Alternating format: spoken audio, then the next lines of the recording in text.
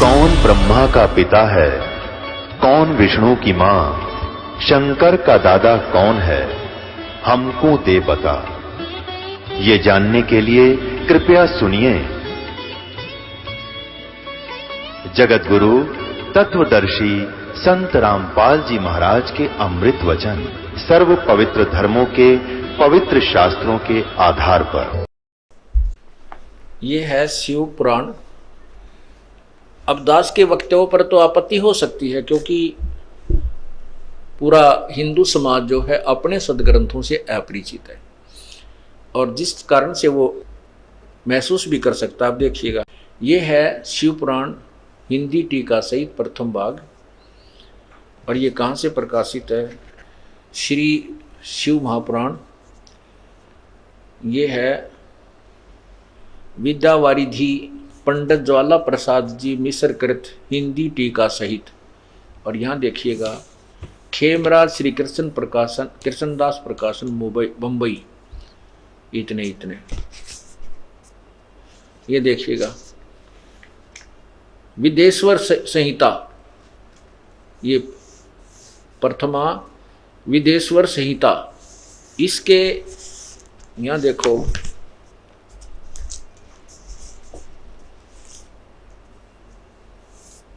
यहाँ लिखा है, ये देखिएगा इधर, ये छोटे कोड वर्षों में विदेश्वर संहिता प्रथम भाग अध्याय 9, और इसके पृष्ठ संख्या आप देखिए, इसका पृष्ठ संख्या 17 है। ये यहां पर दिखाते हैं कि जो काल है वो सदा शिव काल, वो कह रहा है, वो क्या बता रहा है, ये देखिएगा,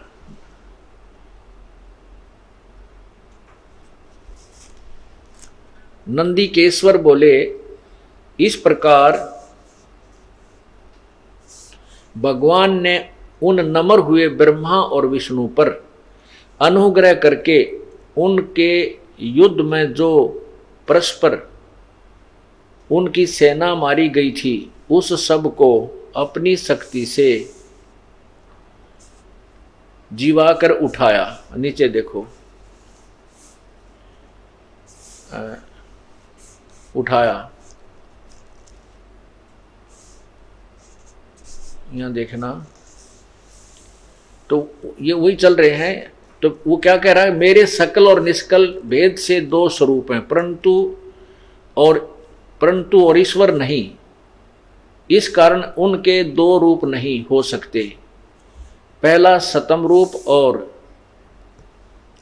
पीछे मूर्तिमान रूप धारण किया। इसमें ब्रह्म रूप निष्कल युकाल और ईश्वर रूप सगुण है। मेरे उकाल बोल रहा है सदाशिव, मेरे यह दोनों रूप सिद्ध हैं, दूसरे किसी के नहीं।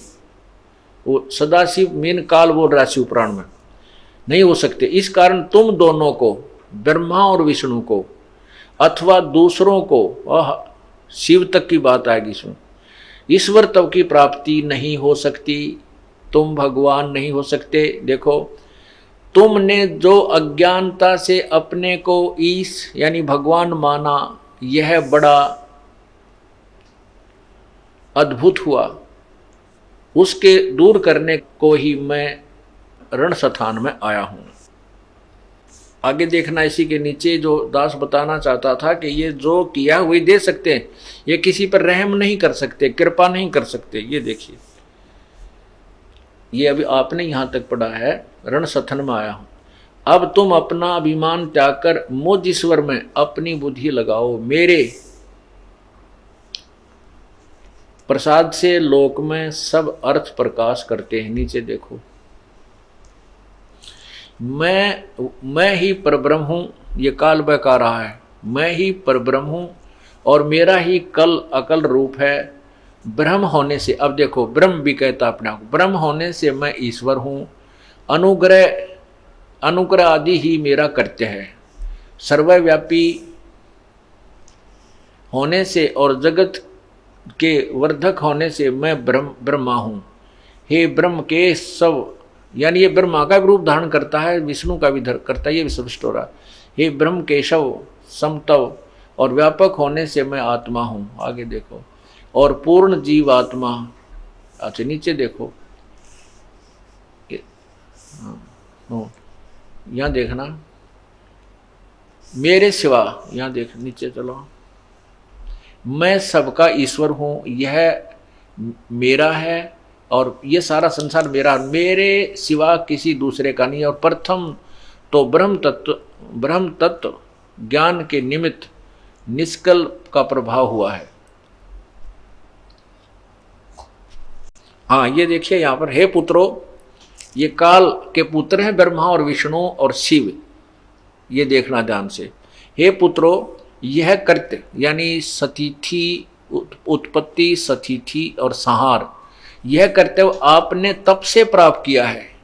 आप पर डले ढोके ब्रह्मा और विष्णु शिव ने तप किए, तप के प्रतिफल में इनको को एक एक विभाग दे दिया, इनमें सिद्धियां पैदा की। पहले तो जैसे ब्रह्मा ने 1000 वर्ष तक तप किया, फिर 4 युग तक तप किया, विष्णु जी ने 12,000 वर्ष तक तप किया, विष्णु शिव जी ने 88,000 वर्ष तप किया। इन तप से राज्य मिलता है, तप से राज्य मिलता है। इनको फिर एक विभाग का मंत्री बना दिया और इनमें सिद्धियां भर दी, उन सिद्धियों से ये अपना काम करें। और जब इनकी सिद्धियां ये समाप्त हो जाएंगी, जैसे बैटरी डिस्चार्ज हो जाएगी, फिर ये जीव के जीव हो जाएंगे। जैसे वर्षा ऋतु में चींटियों का पंख लगाते हैं, कई पंख चींटियां होती हैं जो बड़े काफ़ी बड़ी होती है, लंबी आयु की हो जाती है, उनको ऑटोमेटिक पंख लग जाती हैं और वो अन्य चींटियों में सरदार बन जाती हैं, मुखिया बन बैठती हैं। वो उनको बड़ी प्रशंसा करती हैं, तो आकाश में उड़ जाती हैं। ओहो, ये तो बहुत पहुंची हुई है। और वो कहाँ जाती हैं? रात्रि के समय जब दीपक जलता है या लाइट जलती है तो उसके आसपास या तो जाकर उसमें गिर के मर जाती हैं। उन पंखों ने ले डुबोई हुए, वो पंखों के कारण ही वो ऊपर उड़ गई, और या फिर लाइट के चारों तरफ टक्कर मार मार के वो पंख रहित हो जाती हैं और फिर सवेरे वो चींटी की तरह रेंगती हुई मिलती है। ऐसे ही जो भी सिद्धियां प्राप्त करके ये ऋषि महर्षि कब आगे सिद्ध कब आए या कोई ये देव पद प्राप्त किए हुए हैं, ये इनकी जो पूर्व जन्म की जो की हुई साधना समाप्त हो जाएगी, ये आम जीव हो जाएंगे। 84 लाख योनिया में ब्रह्मा विष्णु महेश भी आएंगे। अब यहाँ ये कहता है काल कि हे पुत्रो, यह कृत्य आपने तप से प्राप्त किया है, जो कि सृष्टि की उत्पत्ति और पालन कहता है। सो मैंने प्रसन्न होकर तुम्हें, ये काल कहता, तुम्हें दिया है। और इसी प्रकार से दूसरे जो करते रुद्र और महेश को प्रदान किए हैं। रुद्र और महेश, रुद्र अलग है, महेश अलग है, और शिव पुराण बोलने वाला जो इनको पुत्र कहता वो और अलग है, वो इनसे अलग भिन्न है। यानी ये काल जो ब्रह्म है, ये सदाशिव, महाशिव, महाब्रह्मा, महाविष्णु का रोल करता है। इसी कारण से इन पुराणों में, शिव पुराण में भी इसी ज्योति निरंजन की स्टेटमेंट है जो मैं आपको पढ़कर सुना रहा हूँ। ये कह रहा है कि हे पुत्रो, ब्रह्मा और विष्णु, तुमने जो 2 विभाग प्राप्त किए हैं, ये तुमने तप किया, तप के बदले से मैंने प्रसन्न होकर तुम्हें दे दिए, और इसी प्रकार रुद्र और महेश को भी दिए। इससे सिद्ध हो गया कि शिव प्राण बोलने वाला कोई अन्य इनसे सुप्रीम पावर है, ब्रह्मा विष्णु और महेश से। देखो नीचे, इसी प्रकार से दूसरे जो करते हैं, इसी प्रकार से दूसरे जो करते हैं रुद्र और महेश को प्रदान किए हैं, और परंतु अनुग्रह करते कोई भी पाने को समर्थ नहीं है। ये देखो जो दास आपको कहना चाहता था, अनुग्रह, ये देखो यहाँ पर, परंतु अनुग्रह, अनुग्रह माने कृपा, रहम करते कोई भी पाने को समर्थ नहीं है। अब ब्रह्मा विष्णु महेश के पुजारी भी यदि उनके ऊपर कितना भयंकर आ गया, ये ब्रह्मा विष्णु महेश उस पर रहम नहीं कर सकते। इति सिद्धम मासा घटे न तिल बधे, वेद न लिखे जो लेख, सच्चा सतगुरु मेट कर ऊपर मार दे मेख। अपनात्मा हमने अपने सदग्रंथों से ही पहले जो ये संत जन, डिसीजन, ब्राह्मण लोग, गुरुजी, हमें बताया करते थे कि शिवपुराण से मैं कथा सुना रहा हूँ, विष्णु पुराण की कथा सुना रहा हूँ, देवी पुराण की कथा सुना रहा हूँ, और उन कथाओं का जो वास्तविकता थी उनके निकट भी नहीं थे। वो हमारे जो गुरु थे, हमारे टीचर थे, जो धार्मिक गुरु थे, वो हम अपने सिलेबस से भी परिचित नहीं थे, वो अपने पाठ्यक्रम से परिचित नहीं थे, हमारे को विपरीत ज्ञान देकर चले गए। और हम इतने रंगे गए उस ज्ञान में, क्योंकि हम शास्त्रों को नहीं जानते थे, हमारे पूर्वज अशिक्षित थे, और उनको संस्कृत का ज्ञान था, वो संस्कृत गणी बोला करते, और काशी विद्यापीठ पढ़ कर जो आ जाता उसके तो वो कति कायल हो जाया करते, बड़ा महापुरुष है भाई, काशी पढ़कार है, विद्वान ब्राह्मण है। और वो जैसा भी बहक आ गया, हमने उसको पक्की मान ली, सत्य मान लिया, और उसी का दुष्परिणाम आज पूरा समाज भोग रहा है। अब इस सत्य को बताते बताते हमने नू लगा है कि सुनने वाला मौखिक को तो माना नहीं, आंखें देख कर भी कई दिन में समझ में आओगी, या हुई तो हुई कैसे। एक बता रहा था कि मैं ऑडिटर था, आपका ज्ञान सुनने से पहले दूसरे संत से मैंने उपदेश ले रखा था, 25-30 वर्ष से वहां लगा हुआ था। जिस दिन आपकी ये पुस्तकें सीडी देखी, इसमें ये सारा प्रमाण देखा, तो मुझे आंखों देखकर विश्वास नहीं हुआ। 1-2 हज़ार रुपये की मैं बुक्स खरीद कर लाया, सारी देवी पुराण, शिव पुराण, और फिर वो आपके जो नंबर, पेज नंबर नोट करता रहा, वो मिलाए जब जो के त्यों पाए। मैं तो, मेरी तो सारा जो है बुद्धि वास होगी। अब कहाँ मरूं, कहाँ जाऊं, 40 साल 30 साल तो वहां खो दिए, उससे पहले हिंदू धर्म में खो दिए, पहले फिर वो दूसरा एक पंथ चल रहे नरेगे, उनमें खो दिए। अब कहाँ जाऊं, उम्र भी 50-60 के करीब होगी है भगवान। आखिर में हार मान कर छोड़ दिया, परमात्मा ये डोर तेरे हाथ में है, कितना ले जा। हमारी तो बुद्धि काम करना बंद करेगी। एकदम प्रेरणा हुई तो उसने अपनी बेटी से कहा, ये जयपुर की बात है, वो लड़की भी आई है, उसकी बेटी भी, वो भी अच्छी एजुकेटेड लड़की है। उससे कहा, बेटी देखिए सीडी आ रही है, ये ऐसे ऐसे इसमें संत बता रहा है। उस लड़की ने भी देखा तो उसने कहा, पिताजी जब ये सारे प्रमाण समक्ष हैं, फिर इसमें विचार करने की भी क्या आवश्यकता रहेगी। इसमें ना करना भी कहाँ, और इसमें अग्रम मग्रम भी कहाँ सोचेंगे। तो उस दिन कहते हम तो ले के यहाँ आ गए और अपना नाम लेकर चले गए। अब दृढ़ता से लगे हुए हैं, 4-5 वर्ष हो गए इनको। तो पुण्यात्माओं, अब सत्य को सत्य जचाने के लिए, समझाने के लिए, परमात्मा को परमात्मा ही सिद्ध करने के लिए इस दास को कितना प्रयत्न करना पड़ रहा है, और कितनी दुनिया की बूंदी अच्छी सुननी पड़ रही है, तो गंदा है, गुंडा है। क्योंकि जिन लोगों ने दुकान चला रखी, इन्हीं को भगवान बताकर, अब उनको तो भाई पेट में दर्द होएगा। अब उनका ज्ञान तो खत्म हो गया, कोई गुंजाइश नहीं उनके पास जो ज्ञान पर विवाद कर सकें। जब जिनका ज्ञान खत्म हो जाता है तो फिर बकवादा करनी शुरू करते हैं, बदनाम करना शुरू किया है, वो गुंडा है, बदमाशी करता है, ताकि लोग वहां जाए नहीं उसके संत के पास, रामपाल के पास, और तुम्हारी अज्ञान की पोल ना खुल पावे। उनका उद्देश्य ये था। लेकिन वो तो बहुत पुराने जमाने की सोच थी कि जब अशिक्षित समाज था, तो सब शिक्षित समाज है और उससे ज्यादा बढ़कर परमात्मा के चरणों में लग रहा है। ये तो दुर्भाग्य उन व्यक्तियों का है जो उन स्वार्थियों के बकवादों को सुनकर और लेट हो जाएंगे यहाँ आने में, वो रोया करेंगे ऊपर न मुंह करके कि हम तो बहुत देर से आए। और कारण वो होगा कि वो बुराइयां सुनगी, अखबारों में भी ऐसी बेहुदी बातें छाप डाली है, तेरा गजब हो, जिसका सर न पैर कहीं पर। यही उद्देश्य है कि सत्य को सत्य सिद्ध करने के लिए भी बहुत से ढेर सारे प्रयत्न प्रमाण देने पड़ते हैं। एक पॉइंट को क्लियर करने के लिए, एक कंसेप्ट को क्लियर करने के लिए 6 प्रमाण दिए जाते हैं, जब जाके विश्वास होता है सामने बैठे व्यक्ति को जिसने गलत ज्ञान सुन रखा है। और फिर भी महीनों के बाद जाकर समझ में आती है कि चलूं या ना चलूं। और जब यहाँ आ जाता है फिर तो ऐसा रंग में रंग जाता है, उसको पृथ्वी पर कहीं संत या भगवान या दूसरा स्थान दिखाई नहीं देता। और कैसी स्थिति हो जाती है, बंदी छोड़ दयाल जी तुम तक हमरी दौड़े, जैसे काग जहाज का सूजत और न ठोरे।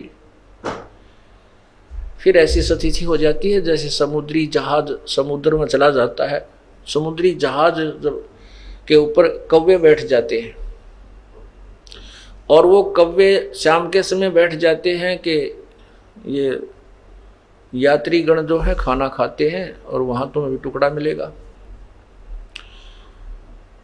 तो चलते जैसे 4 बजे जहाज चल पड़ा तो वो बैठ गए, शाम का खाने के समय उन्हें टूक टाक मिल गए, वो लालच में वहीं बैठे रहते हैं। और वो काफी रात्रि के समय तो 100-150 किलोमीटर चला जाता है जहाज, समुद्री जहाज। तो सुबह जब होता है, पुराने समय की कहानियां हैं एक, और वर्तमान में ये आपको आध्यात्मिक ज्ञान समझाने के लिए उदाहरणार्थ ली जाती हैं। तो उसमें जो दिशा सूचक होते थे वो भी इतने एफिशिएंट नहीं थे। वो क्या होता था कि समुद्र में कई ऐसी चुंबकीय चट्टान होती थी जिस कारण से वो जो दिशा सूचक था वो अपनी दिशा छोड़ जाता था। उस दिशा सूचक की परीक्षा करने के लिए कि हम ठीक दिशा में जा रहे हैं या नहीं जा रहे हैं, तो वो कौवे का प्रयोग करते थे जहाज के चालक।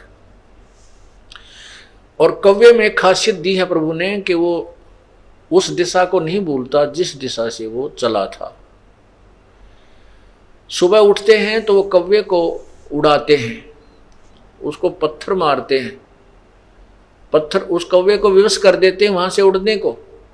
अब कौवा वहां से उड़कर उस दिशा को चलता है जिस दिशा से वो यात्रा प्रारंभ की थी, तो वो उस दिशा में उड़कर चल देता है। तो यात्री और वो जो जहाज के चालक अपनी दिशा को चेक कर लेते हैं, दिशा सूचक को भी चेक कर लेते हैं कि कौवा इस दिशा में गया है, ये हम उधर से चले थे, पूरब से या पश्चिम से, जो भी जहां से चले थे। और कौवा क्या करता है, वो 2-4 किलोमीटर तो उड़ता है, फिर वो देखता है, जहां भी देखता है कहीं पर भी कोई उसको ना कोई चट्टान नजर आती है ना पृथ्वी नजर आती है, जल ही जल दिखाई देता है। तो उसको फिर वो जो उसको लगता है कि तू आगे नहीं उड़ सकता और डूब जाएगा, वापस आकर के वो उसी जहाज पर विश्राम पाता है, क्योंकि उसको वही स्थान वही आश्रय मिलता है, जहाज नजर आता है। उसके अतिरिक्त उस जल में वो जहां भी देखता है वो डूबने का ही कारण उसको नजर आता है। इसी प्रकार जिसमें आप इस तत्व ज्ञान से और कबीर भगवान से परिचित हो जाओगे, आपकी यही दशा हो जाएगी। आपको इस दास के अतिरिक्त संत और कबीर परमात्मा के अतिरिक्त कोई भगवान इस पृथ्वी पर नजर नहीं आएगा, 21 ब्रह्मांड में नजर नहीं आएगा। बाकी सभी डूबने के अर्थात 84 लाख योनियों में कष्ट उठाने का ही स्थान आपको दृष्टिगोचर होगा। और इसी का परिणाम है कि कितना बदनाम किया गया मीडिया, उतरा गजब हुई। जिसको जनता ये समझती है कि मीडिया वाले तो बहुत अच्छा यथार्थ बातें हमारे तक पहुंचाते हैं, उन्होंने कोरी झूठ 100 की 100 100% झूठ बोली। ये तो हो सकता था 20-50 की 60 कर देते हो, 40 कर 80 कर देंगे, लेकिन 0 की 100 करके हमारी जो सारा झूठा प्रचार किया, हमारी सत्य को सत्य को नहीं दिया, असत्य को दिया। और लेकिन हमारे बच्चे जो इस ज्ञान से परिचित थे, एक भी टस से मस नहीं हुआ। तो इसलिए वो बहुत पुरानी सोच थी इन लोगों की, सैकड़ों 100-150 वर्ष 200 वर्ष पहले, जहाँ कबीर परमात्मा को भी फेल करवा दिया था, जबकि वो भगवान आए थे। और जो अब वर्तमान में आपके साथ जो लीलाएं मालिक कर रहे हैं, आपको सुख दे रहे हैं, इससे तो और ज़्यादा सुख दिए गए थे। 64 लाख शिष्य हुए थे परमात्मा के, लेकिन हमें अक्षर ज्ञान नहीं था। और इन स्वार्थी गुरुओं का, ऋषियों का, महर्षियों का दाव लग गया था। कह दिया था कि कबीर तो अशिक्षित है, ये वेदों और सदग्रंथों के बारे में क्या जाने, इसको संस्कृत भाषा नहीं आती है। तो ये मान लेना स्वाभाविक था कि सचमुच सभी सद्ग्रंथ संस्कृत में अंकित हैं और ये जो वक्ता है ये संस्कृत का विद्वान है, इसलिए शास्त्रों को तो यही सही समझ सकता है। लेकिन यजुर्वेद अध्याय नंबर 40 के मंत्र 13 में कहा है कि कोई तो अक्षर ज्ञान युक्त व्यक्ति को विद्वान कहता है और जिसको अक्षर ज्ञान नहीं उसको अविद्वान कह देता। नहीं, अविद्वान और विद्वान की परिभाषा भी वो तत्वदर्शी संत बताएगा कि केवल एक भाषा विशेष का ज्ञान हो जाने मात्र से इंसान विद्वान नहीं होता। विद्वान भी वही परमात्मा है। जैसे यजुर्वेद अध्याय नंबर 40 के मंत्र 8 में कहा है कबीर मनीषी, वो कबीर विद्वान, मनीषी माने विद्वान, सर्वज्ञ, वो कबीर सर्वज्ञ, कबीर विद्वान। और वो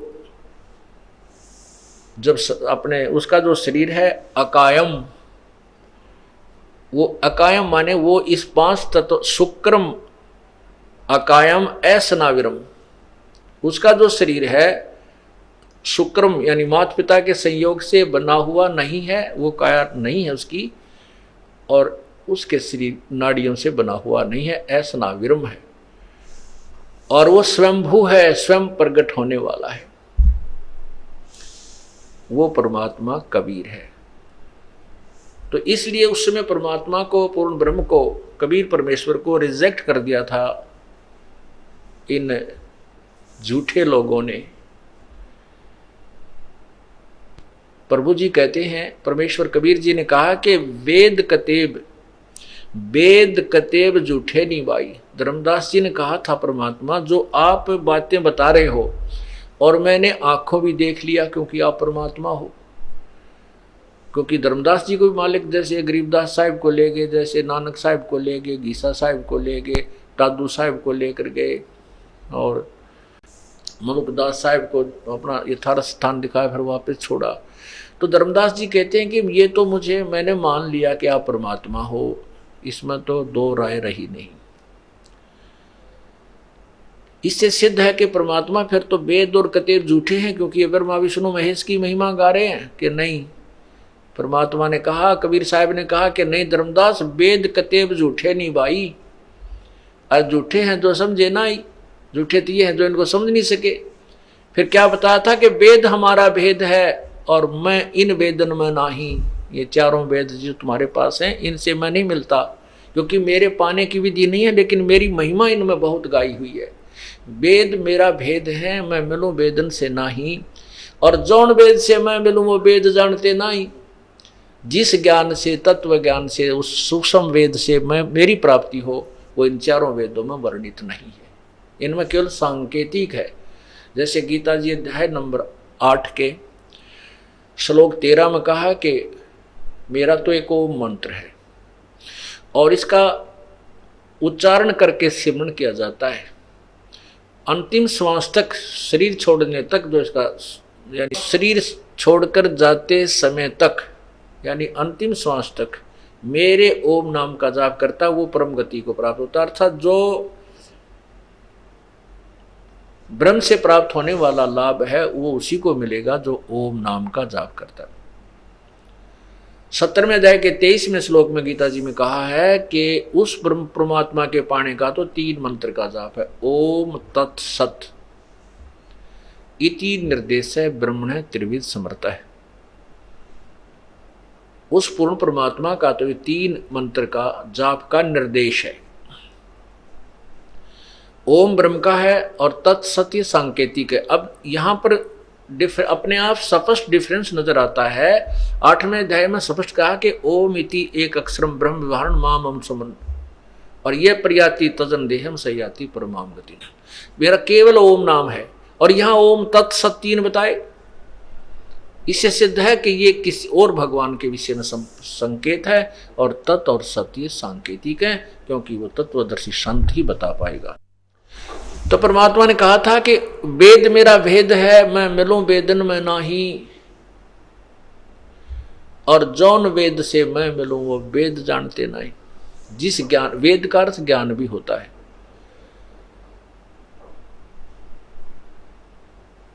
जैसे गीता जी अध्याय नंबर 15 के प्रथम मंत्र में लिखा है कि जो उस परमात्मा ऊपर को जड़ वाला नीचे को भगवान वाला है, तम वेद, तम माने उसे जो छुपा हुआ है, किसी का भी ज्ञान नहीं, जिसका जो अज्ञान रूप अंधकार में छुपा हुआ है, तम वेद, उसको जानता है। इस सृष्टि रचना के विषय का जो ज्ञान है, तम वेद माने उसको जानता है, उस ज्ञान के बारे में परिचित है। स वेदवित, इसी में दो वेद हैं। तम वेद यानी उसको जानता है। अब देखिए, इसी प्रकार वेद का अर्थ ज्ञान भी होता है। जौन वेद से मैं मिलूं यानी जिस ज्ञान से, ये 4 वेद हैं, 4 ज्ञान हैं। जैसे 18 बोध हैं, उनमें पुराण केवल एक ही बोध है, एक ही ज्ञान कहलाता है। 18 पुराण का एक ही ज्ञान है। इसी प्रकार वेद का अर्थ ज्ञान भी होता है। 15वें अध्याय का प्रथम श्लोक ये देखिए, ऊर्ध्वमूलम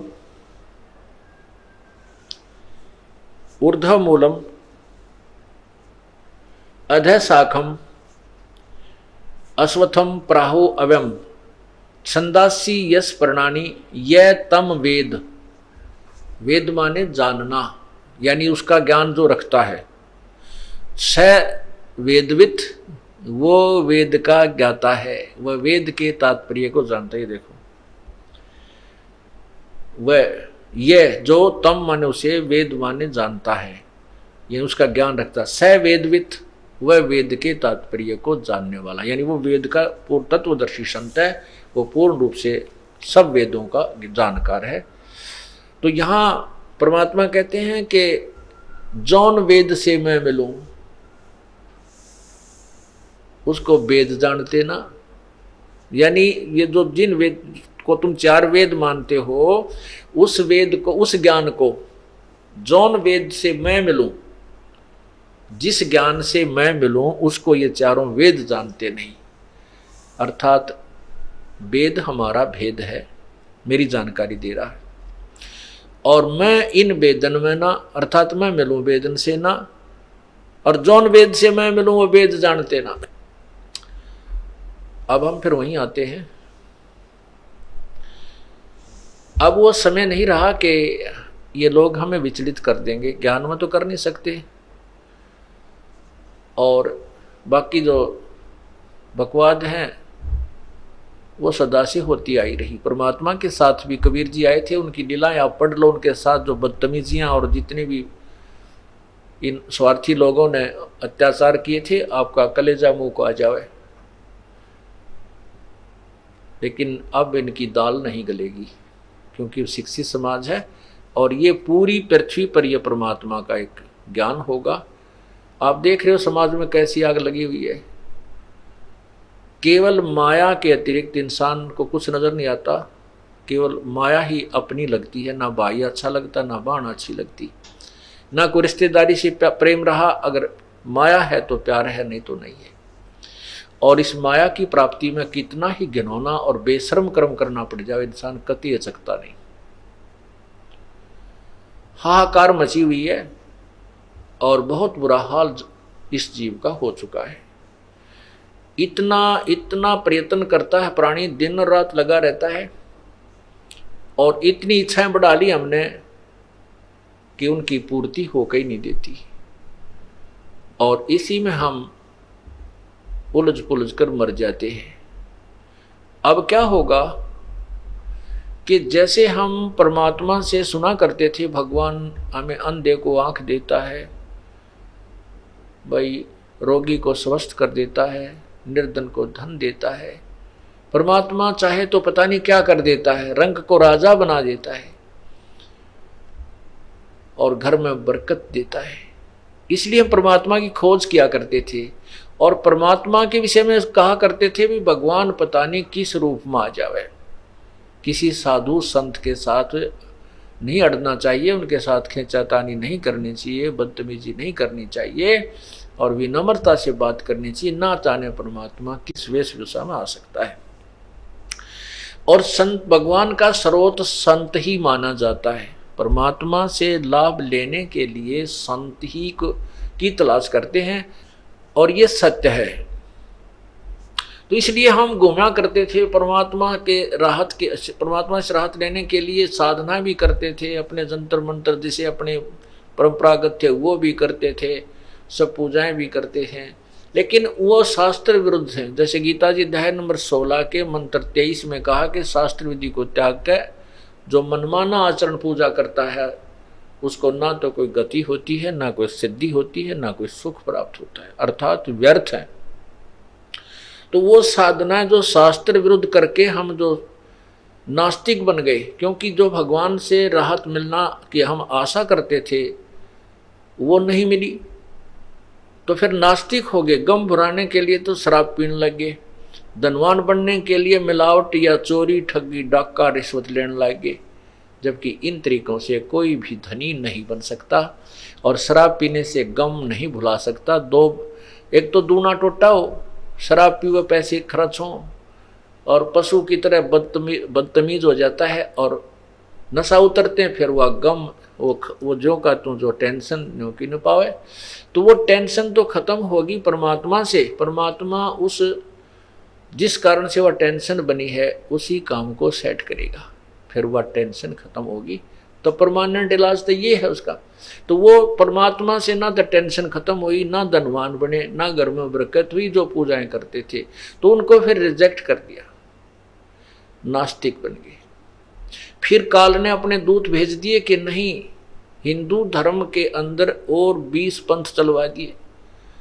तो हमने सोचा भी ये जो साधना हम कर रहे थे इससे तो कुछ मिला नहीं, शायद ये संत जो बता रहा इसी से कुछ लाभ मिले। तो फिर वहाँ भेड़ वाली चाल वहाँ शुरू होगी। वहाँ विवेक से नहीं गया कोई भी, विवेक से तो अब इस दास के पास आएगा जो दूसरे पंथों के पास चले गए हैं, वो विवेक से आएंगे और विवेक से ही आए हैं। अब वो यहाँ से डगमग नहीं हो सकते थे सारे, जिसने भगवान चाहिए, और जो विवेक नहीं रखता वो तो यहाँ आएगा नहीं, आ गया तो फिर थोड़े दिन में खिसक जाएगा। वैसे किसी के कहने से भी आ जाता है तो वो नहीं रुक सका, क्योंकि उसको भ्रमित करने वालों की गिनती नहीं, और तत्व ज्ञान बताने वाला केवल एक दास ही है इस पृथ्वी पर वर्तमान के अंदर। तो वो निरे पंथ चलवा दिए काल ने, इसलिए चलवा दिए कि जब, क्योंकि परमात्मा ने कहा था कि कलयुग में, काल ने कहा था भगवान को कि आप अब 3 युगों में जीव थोड़े ले जाना वापस। और एक प्रार्थना और वचनबद्ध किया था भगवान को काल ने कि आप ज्ञान से अपना बना के ले जा सकते हो, आप अपना ज्ञान देना, मैं अपना अज्ञान दूंगा।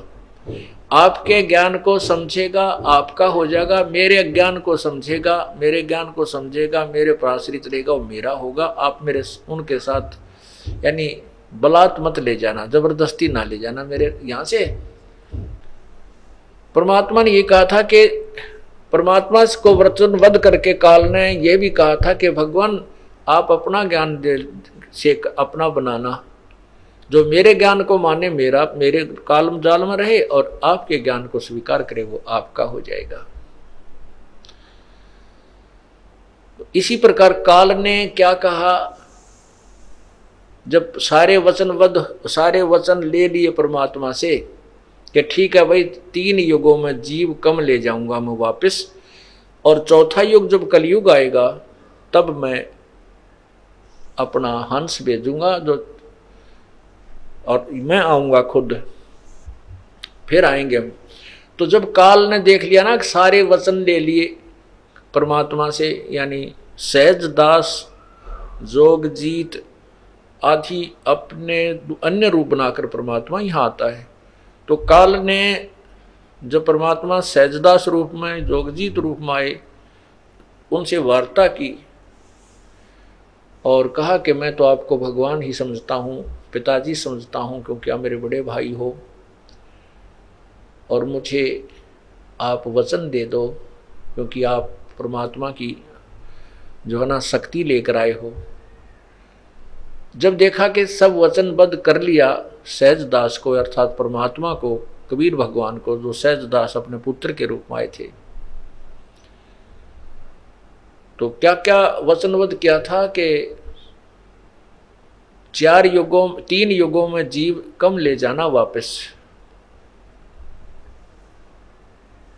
और चौथा युग जब कलयुग आवे तब तो शरण जीव बहु जावे। ऐसा वचन हरमोय दीजिए तब तुम संसार गवन ही कीजिए, तब नीचे को जाना, मुझे ऐसे ऐसे वचन दे जाना। जब उसको पता हो लिया ना कि सारी बात मान ली, भाई 3 युगों में जीव में कम ले जाऊंगा और जोर जबरदस्ती हम नहीं करेंगे, जो तेरी बात को मानेगा तेरा, हमारे ज्ञान को मानेगा हमारा होगा, इस तरह की। तब काल ने कहा था बेशक जा जोग जीत नीचे, जब तू कलयुग में आएगा, कलयुग में तुम्हारा कोई हंस आएगा, तुम भेजोगे सतलोक तय, उस समय तक तो कलयुग में इन प्राणियों को मैं भक्ति योग्य छोड़ूंगा ही नहीं। इनको सबको मिसगाइड कर दूंगा, नारे नारे धर्म बनवा दूंगा, आपस में मार काट खेचा ताड़ी न फुर्सत ना मिले किसी का ज्ञान सुनने की, और अपने दूत भेज करके इनको इतना मिसगाइड करवा दूंगा, इनको अज्ञान बना दूंगा, तत्व ज्ञान से अपरिचित कर दूंगा, तेरा नामो निशान मिटा दूंगा, उस पूर्ण परमात्मा का कोई जानेगा ही नहीं। और जब तेरा हंस आएगा उसका लोग जूते मारेंगे, वो कहेगा ब्रह्मा विष्णु महेश भगवान नहीं है, इनकी पूजा नहीं करनी चाहिए, दूसरे देवताओं की, मंदिरों की, मस्जिदों की, गुरुद्वारों की पूजा नहीं करनी चाहिए, तो लोग उसका पत्थर मारेंगे, उसको मूर्ख कहा करेंगे। वो सच्चाई बताएगा लेकिन लोग सत्य को स्वीकार नहीं करेंगे।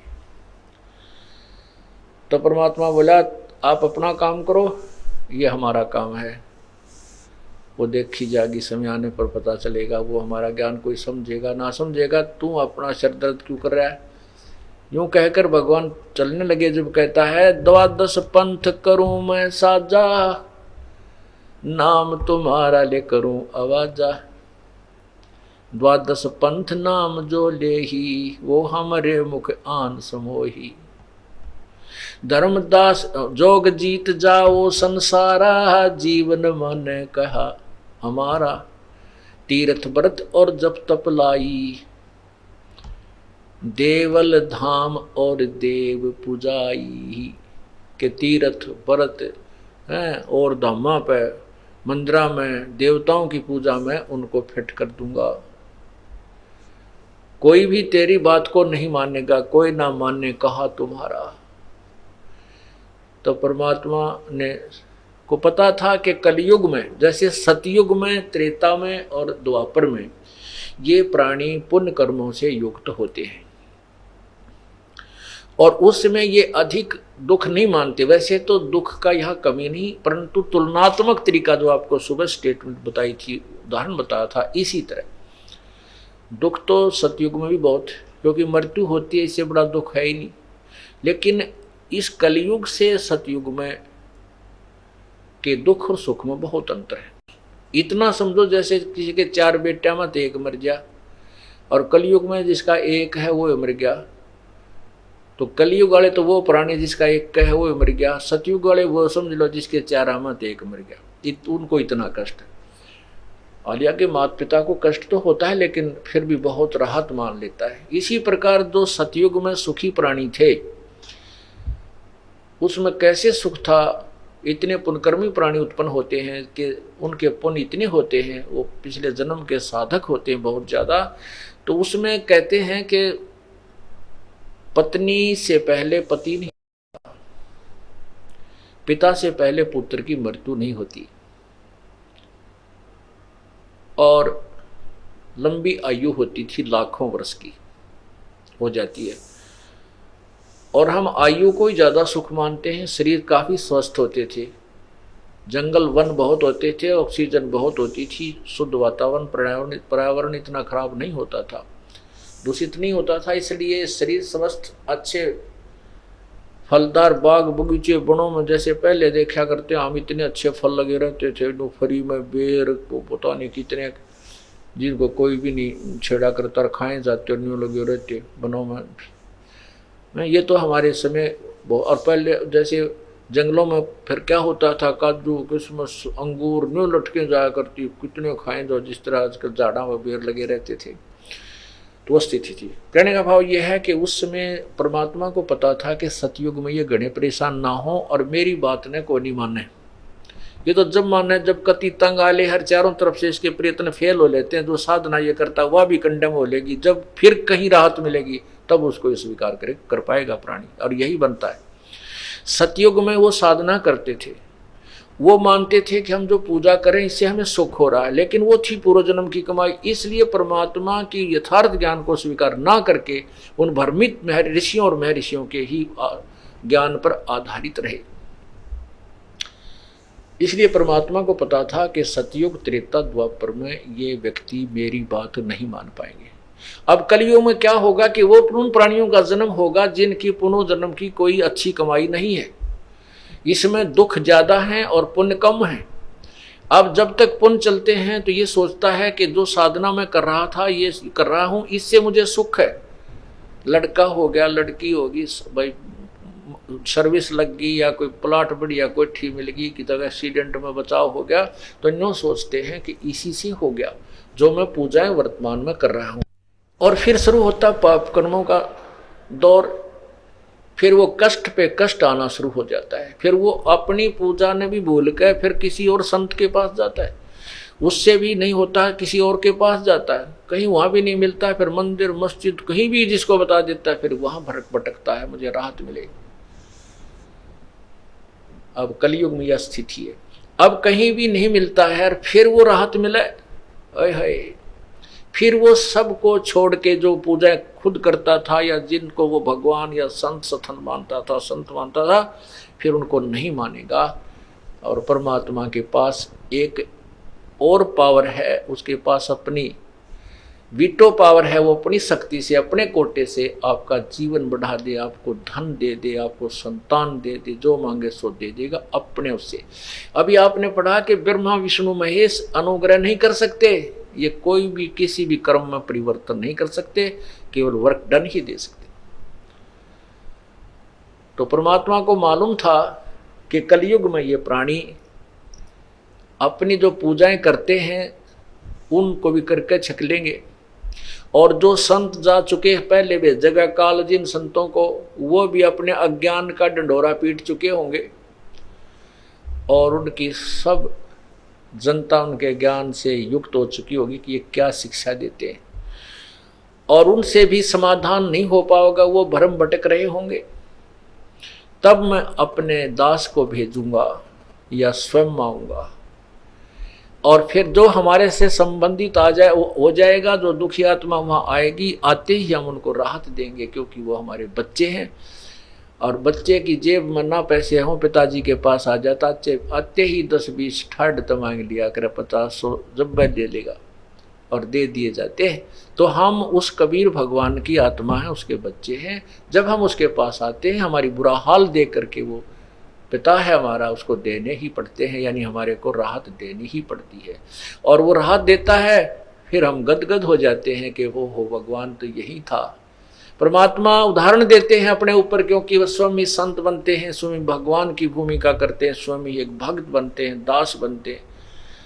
पर्वत पर्वत में फिरा कारण अपने राम, राम जैसे संत मिले जिन सारे सब काम। कहते हैं पर्वत मंदिर मस्जिद सब जगह में घूम लिया परमात्मा के लिए, और जो परमात्मा जैसे संत मिले, यानी जिन्होंने फिर मेरे सारे काम सार दिए, सब काम मेरे ठीक हो गए, तो वो परमात्मा मिले। इस प्रकार परमात्मा ने कहा था कि कलयुग में ये प्राणी, कलयुग में सूतमा होंगे मेरा, ये कलयुग में ही फंसेंगे। इतने तो काल की या जो है ना जाल इनकी समझ में नहीं आता। अब भी जो सुखी हैं, अच्छी पोस्ट है या किसी का अच्छा धन है, कार कोठी फैक्ट्रियां का डूंडा उठ रहा है, वो ने सोचा ठीक है, मैं जो भी अपनी आरती करते हैं या किसी मंदिर में जाते हैं या मस्जिद में जाते हैं, गुरुद्वारे में जाते हैं, इन्हीं से हमें मौज हो रही है। नहीं, पिछले जन्म की मलाई खा रहा है और आगे तैयारी नहीं की, ये तो पिछली बैटरी चार्ज है, तब तक चलेगी। जिस दिन ये एकदम समाप्त होगी, डिस्चार्ज हो जाएगी, तो सभी सुविधाएं बंद हो जाएंगी। परमात्मा बंदी छोड़ कबीर परमेश्वर जी हमारे मालिक हैं सभी आत्माओं के, चाहे वह चींटी बनी है, चाहे कोई हाथी बना है, शेर बना है, रंक है या राजा है। और हम काल के जाल में फंस गए। परमात्मा ने कहा था जब हम वहां से चलने लगे काल के साथ में, कहा था तुम जा रहे हो और सब इच्छा से जा रहे हो, वापस भी तुम सब इच्छा से ही आ सकोगे। वापस जब आओगे यहाँ सब इच्छा से ही आओ। आपकी जैसे अब प्रबल इच्छा इस काल के साथ जाने में लगी हुई है, बनी है, ऐसी इच्छा तुम्हारी वहां से वापस आने की बनेगी, तब तुम्हें लेकर आऊंगा।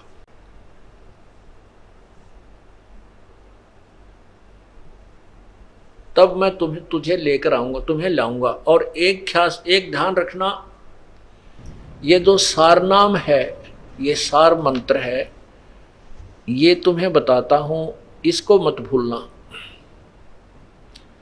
जिनको तीसरा नाम प्राप्त हो चुका है, सार नाम यानी वो सत मंत्र, जो ओम तत्सत का जो आखिरी मंत्र है, जिनको वो प्राप्त हो चुका है वो समझ जाएंगे ये कोड वर्ड है। उस परमात्मा ने कहा था कि तुम इस मेरे नाम को मत, इस सार नाम को मत भूलना, इसको याद रखना। इसको याद रखोगे तो मैं तुम्हारे पास तुम्हें शीघ्रता से ग्रहण कर लूंगा। तो काल ने सबसे पहले उस मंत्र का नामो निशान मिटाया। अब दूसरा कहा था कि जितनी प्रबल इच्छा से तुम यहां से जा रहे हो, उतनी प्रबल इच्छा तुम्हारी यहां आने की होगी, तब मैं तुम्हें वापस लाऊंगा। यदि तुम्हारी आस्था काल के जाल में फंसी रही, उसी में तुम आसक्त रहे, फिर मैं तुम्हें नहीं छुड़ा सकूंगा, नहीं छुड़ाऊंगा। अब जैसे बालक, हमने गलती कर दी, एक बार तो गलती इतनी भयंकर कर दी कि काल के ऊपर इतने आसक्त हो गए। पिताजी ने कई बार संकेत किए, भाई इसके जो ड्रामेबाजी को मत देखो, तुम बहुत कष्ट उठाओगे, इसके ऊपर इस बात का तुम्हें बहुत भयंकर परिणाम मिलेगा। हम ऊपर से तो सावधान हो गए और अंदर से उसकी चाह गई नहीं।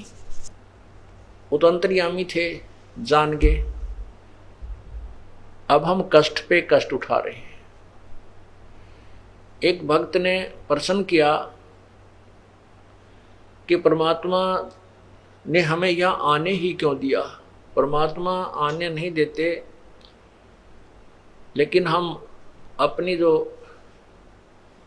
पतिव्रता पद को छोड़ चुके थे और इस काल के ऊपर आसक्त हो चुके थे, और परमात्मा के बार बार समझाने से भी हम नहीं माने। हम इतने प्रबल इच्छा बना ली इसके साथ आने की, और आगे तो अब हमें कितने दुखी हो रहे, रो रहे हैं। टक्कर मार मार के कोई गधा बन रहा है, कोई कुत्ता बना है, कोई कुतिया बड़ी है, किसी के कीड़े पड़े हुए हैं, कुछ अधरंग मार रहा है, किसी के कैंसर हो रही है, किसी का बेटा मर गया, किसी की बेटी मर गई। और अब वो एक नहीं सुनता काल हमारी, क्योंकि उसके पास वो पावर को ना, क्यों वो जान नहीं दे। उसको तो स्वार्थ है कि 1 लाख जीव रोज खाने, 1.25 लाख उत्पन्न करना। तो उसके लिए उदाहरण है कि एक लड़की ने, ये दास पहले जेई की सर्विस करता था, तो उस समय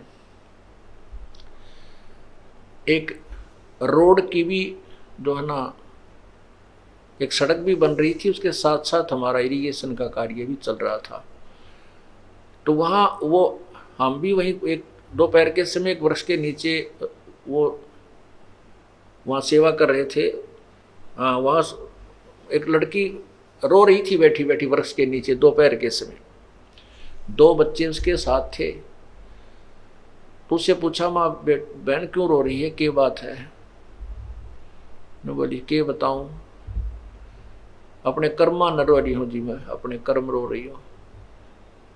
फिर भी चलो वो रोराली जब आप पे बताने लग गई, हम तो चुप हो गए। मैं कह रहा क्या दुख हो बालक में, हमने क्या लेना देना है। ने बोली मैं, जो मेरा पति है ना वो हमारे नौकर होता था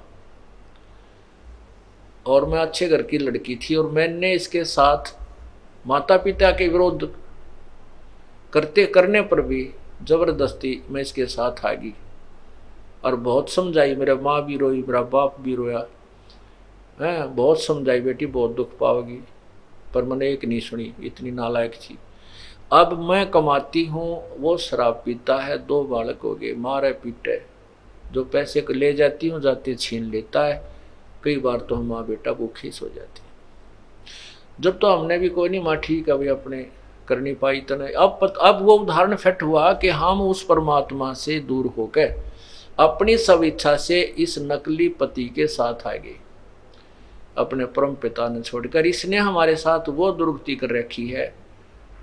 अब माँ बाप ने फिर भी दुख आता है, पिता ने तो फिर भी हम प्यारे लगते हैं, वो फिर भी हमारे दुखों को दूर करने के लिए आते हैं, समझाने की चेष्टा करते हैं कि अब भी तुम इतनी ही प्रबल इच्छा बनाओ जितनी प्रबल इच्छा तुम यहाँ आने की थी। अब जैसे ये तत्व ज्ञान चला था कुछ दिन आस्था चैनल पर, फिर बाद में स्वार्थी लोगों ने विरोध कर दिया था और वो मालिक घबरा गया कि हमारे सारे कार्यक्रम बंद हो जाएंगे यदि आपका प्रोग्राम चलाया, तो बंद कर दिया। लेकिन बहुत से बुद्धिमान लोग उसको समझ कर आए। अगर वो 1 वर्ष चल जाता पूरे विश्व में तहलका मच जाता परमात्मा की महिमा का। अभी शायद ना समय हुआ होगा, परमात्मा ने करना तो है और थोड़ा समय और लेते होंगे, संसार में जाएगा ये तो अब जाएगा, रुक नहीं सकता। फिर भी उदाहरण देता हूँ, उसके प्रश्न उत्तर करने वालों के बहुत ज़्यादा प्रश्न उत्तर आए, प्रश्नोत्तरी हुई, तो उनमें से एक ने ये प्रश्न किया कि मान लीजिए हम फिर चले जाएं वहाँ पर और वहाँ फिर गलती कर देंगे, फिर आ जाएंगे, कभी नहीं कर सकते। हम तो इधर झांक के भी ना देखें, एक बार उस सुख को जब देख लेंगे। जैसे आप किसी रास्ते से जा रहे हो और वो कुमार्ग पर चले गए, आप गलत रास्ते पर, और वहाँ पर आपको डाकू मिल गए, ठग मिल गए, बदमाश मिल गए, आप लूट भी लिए, आपके जेवरात भी तोड़ दिए, मारपीट भी कर दी, सारा छीन लिया, और आप जान बचा के वापस आ जाओ किसी कारण, और फिर आप उस रास्ते जा सकते हो? सपने में भी नहीं जाओगे। हम यहाँ लौट कर पिट कर जब वापस जावांगे तो यहाँ मुंह भी करके ना सोएं, और हम औरों को भी सतर्क करेंगे तो और भी नहीं मार खाएंगे। इसी प्रकार हमने सब इच्छा से यहाँ से जाएंगे, और इतनी प्रबल इच्छा हो और इस काल के अंदर हमारी आस्था ना होगी तो परमात्मा हमें यहाँ से इस काल की कैद से छुटवाएगा, नहीं तो नहीं छुटवाएगा। कैसे? जब सीता जी को रावण ने अपनी कैद में बंद कर रखा था, हनुमान जी को भेजा, इधर उधर सबको भेजा था, हनुमान जी उधर चले गए जहां सीता जी को रोक रखा था। अब हनुमान जी सीता जी की खबर लेकर वापस आ गए। श्री रामचंद्र जी को पता भी चल गया कि सीता जी रावण की कैद में बंद है। अब प्रश्न उठता है कि सीता को वहां से रावण की कैद से छुटाना कोई बालकों का खेल नहीं है। वो तो स्वयं भी योद्धा है, बहुत उसके पास बलशाली भाई हैं, पुत्र हैं, बड़े तो ना उसके योद्धा, बड़ी सेना है उसके पास। तो उसके लिए कुछ करना है तो बहुत कुछ करना पड़ेगा, सेना भी एकत्रित करनी पड़ेगी, ऊपर से जो भी हमने बहुत युद्ध भी करना पड़ेगा, बहुत सी सेना भी मरेगी। तो उसके लिए रामचंद्र जी ने सबसे पहले यही जानना चाहा कि सीता जी यदि रावण की हो चुकी है फिर तो हम नहीं, उसकी आस्था वहाँ हो चुकी है, रम गई है उसमें, तो हम नहीं छुटवाएंगे और ना ही सेना लेकर जाएंगे, ना युद्ध करेंगे, हम नहीं लाएंगे। और यदि वो उसकी वास्ता वहाँ है नहीं और हमें चाह रही है तो हम फिर उसको अवश्य छुटवाएंगे। इसलिए घुमा फिराकर हनुमान जी से प्रश्नोत्तरी होती है। आदरणीय गरीबदास साहब जी ने अपने अमृतवाणी में उसके बताया है। रामचंद्र जी कहते हैं, अरे बंचर क्या खबरां कपिलाए।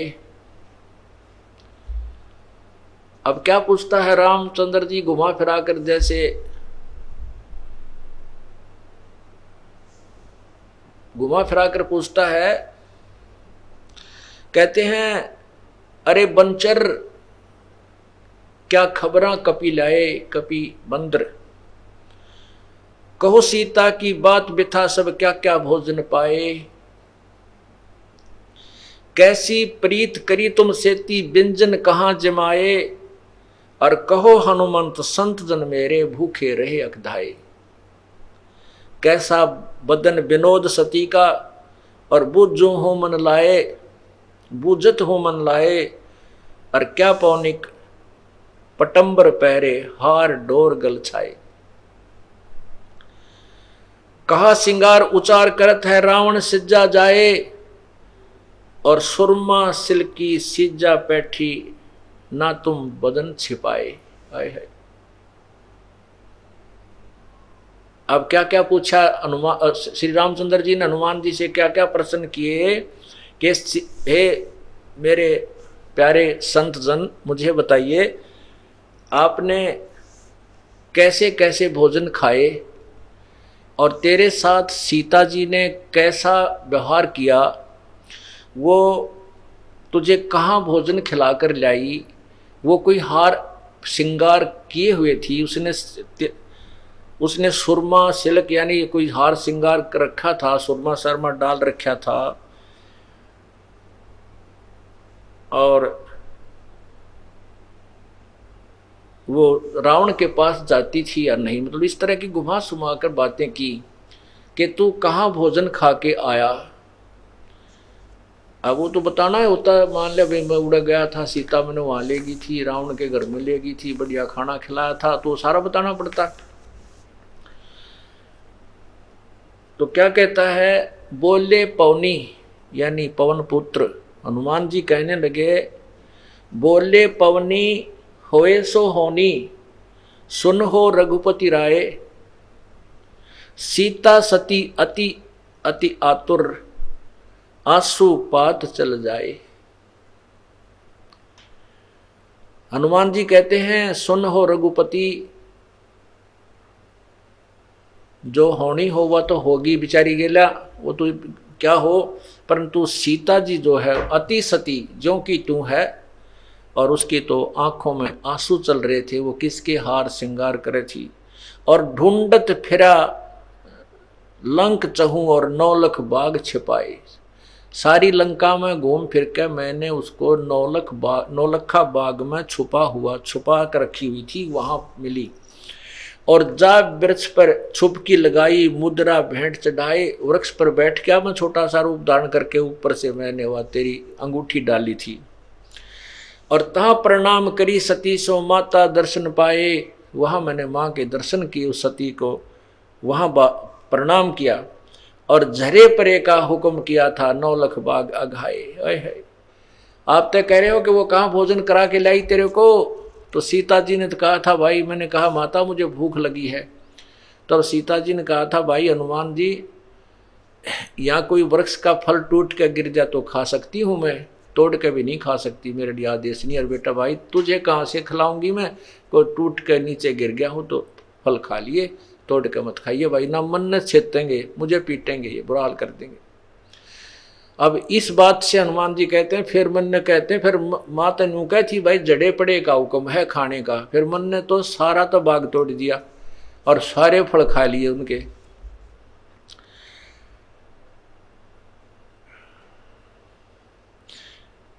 जरे परे का हुक्म किया था 9 लाख बाग अघाए, नाजुक बदन नाम तुम्हारे पर जैसी माता जाए, कि वो तो आपके नाम पर जो कि तो आधारित है, आपके ऊपर वो आज ऐसी है जैसे जैसी माता जाए, अर्थात तो वो सती है, रावण से उसने कोई संबंध स्थापित नहीं किया। नाजुक बदन नाम तुमरे से जैसे माता जाए, रावण से ती प्रीत न जाकी और चंद बदन मुरझाए।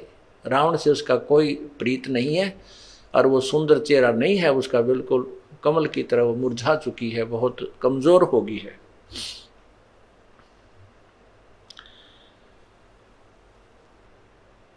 पलंग समेट पद्मासन से पौना गगन चढ़ाए, त्रिकुटी संजम ध्यान ताश का सूरज कमल उगाए, हार डोर नहीं पाठ पटंबर सीता मन मुरझाए, अगर मालवे मूर सूरत गरीब दास पद गाए।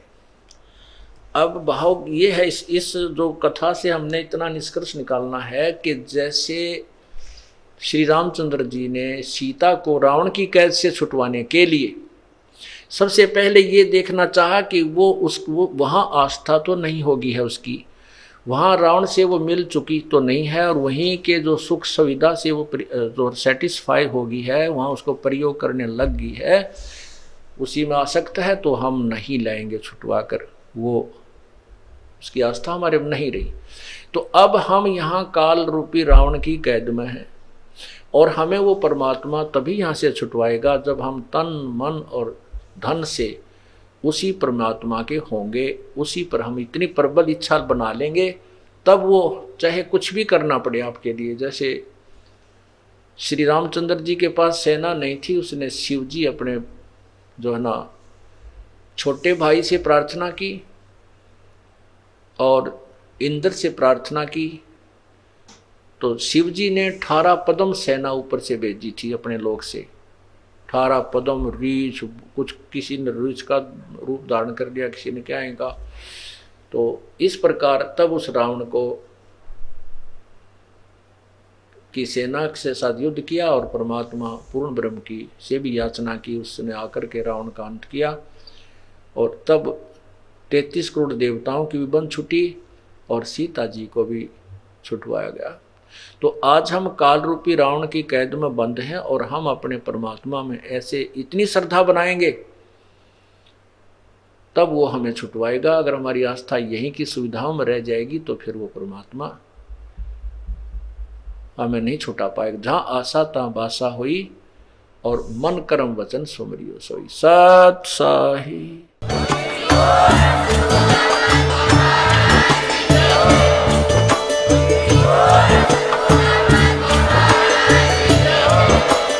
आप सुन रहे थे जगत गुरु तत्वदर्शी संत रामपाल जी महाराज जी के मंगल प्रवचन। अधिक जानकारी के लिए विजिट कीजिए हमारी वेबसाइट www.jagatgururampalji.org। संत रामपाल जी महाराज जी के शुभ आशीर्वाद से पूरे विश्व भर में 500 से भी ज्यादा नाम दीक्षा केंद्र हैं, जिन पर संत रामपाल जी महाराज जी द्वारा ऑनलाइन निशुल्क नाम दीक्षा दी जा रही है। अपने नजदीकी नाम दीक्षा केंद्र का पता करने के लिए संपर्क करें 8222880541।